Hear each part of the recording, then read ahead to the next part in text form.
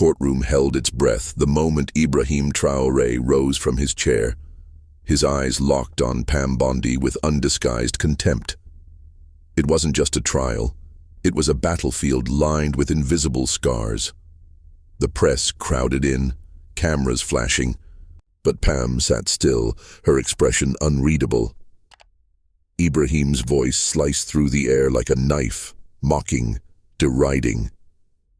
"You think dressing in a suit and standing with liars makes you noble?" He spat, his grin stretching wide. "You're just laundering failure in legalese." Gasps rippled through the room, but Pam didn't flinch. She didn't speak. She didn't have to. Her stillness made his voice feel smaller. The judge banged the gavel, demanding order, but the damage was done. The venom Ibrahim spat only mirrored the rot that had finally made its way to the surface. Pam's eyes remained fixed on him, not in defiance, but with a quiet certainty that said everything. Then she spoke, just once. "I remember when silence was survival," she said softly, her voice like wind against a wall. "Now silence is proof." Ibrahim scoffed, amused. But something shifted. The courtroom felt colder. A reckoning was crawling closer, and Ibrahim Traoré had just summoned it with his own arrogance. 6 months earlier, the truth had lived in shadows, buried in sealed records, gag orders, and trembling statements. Pam Bondi had stumbled upon the first crack in the wall after her godson Jamal was falsely accused in a case tied to one of Ibrahim's clients. Though charges were dropped, the trauma lived on in Jamal's sleepless nights and avoidance of mirrors. Pam, once the symbol of law and order conservatism, stepped down from her role with the state, quietly dismantling her public life. She disappeared from television panels and campaign fundraisers, emerging in places few noticed. Community centers, prison visitations, legal clinics, and forgotten zip codes. It wasn't penance. It was war preparation. Files emerged. Redacted. Documents reappeared unsealed. Mothers who once begged for a minute of airtime were now writing affidavits. Their stories all pointed to the same man. One who had never stood trial but had buried others in them. Ibrahim. He wasn't just an attorney. He was a fortress. He orchestrated settlements that buried abuse. His charm, fluent in arrogance, masked coercion dressed in legal terms. Witnesses vanished or recanted. Accusers went broke or silent. One victim, a teen named Darius, testified once, then turned up dead a week later, officially suicide. Pam didn't buy it. She pulled strings from the shadows, building a case one whisper at a time. An ex-paralegal cracked under guilt, offering her files from 2017. A small-town journalist handed her audio files, shaking as he said, "If he knows I kept these, I'm next." Still, Ibrahim remained untouchable, mocking any public effort, with polished statements. "Trial by media is the tool of the desperate," he said on record. But the public was shifting. Hashtags emerged. Pam's name returned to the spotlight, but different now. Not with power, but with truth. The people Ibrahim had silenced for years were being heard for the first time.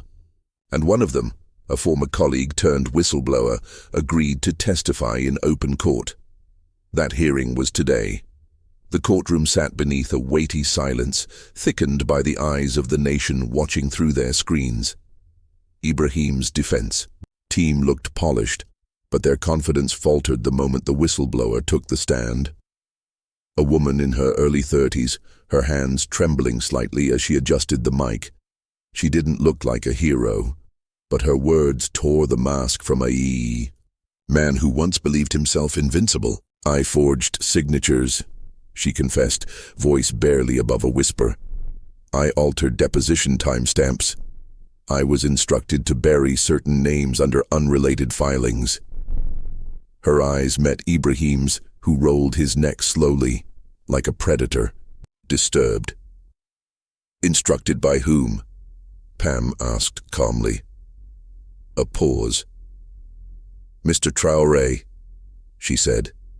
Ibrahim stood, furious. "This is defamation," he shouted, lies wrapped in shame. The judge warned him to sit down, but he couldn't. The camera zoomed in, sweat forming at his temples, his mouth twitching. Pam didn't react. She produced a flash drive from a simple folder, passed it to the bailiff. On screen, grainy footage played. A hallway camera. Ibrahim, speaking to a grieving mother. "You can cry to the cameras, but they won't bring him back. And if you keep talking, you'll lose another one," he said, his voice cold and unmistakable. Gasps filled the room. The judge leaned forward. Ibrahim shouted again, lunging toward the desk. "This is entrapment. I demand this trial be thrown." "Out!" Bailiffs surged in, gripping his arms. The courtroom watched as his composure unraveled. The man who once rewrote justice with technicalities was now a portrait of fury dragged into submission. Cameras captured his face as it twisted in disbelief, caught between outrage and the dawning horror that this moment, this collapse, was irreversible. Pam stood only when he was gone, not in triumph, but in closure. "We do not cheer justice," she said quietly, addressing the judge. "We restore it." The gavel dropped one final time. History had taken its breath. Weeks passed. Headlines shifted from frenzy to reflection. News outlets picked apart Ibrahim's legacy. Cases reopened, victims re-interviewed, prosecutors audited. His name, once synonymous with legal brilliance, now triggered shudders in communities across the state. In a cell with no windows, Ibrahim watched from a grainy television. He flipped the channel, but it was always there. Replays of the trial, breakdowns of his conduct, think pieces on moral decay. No calls, no visitors. Even his mother stopped answering.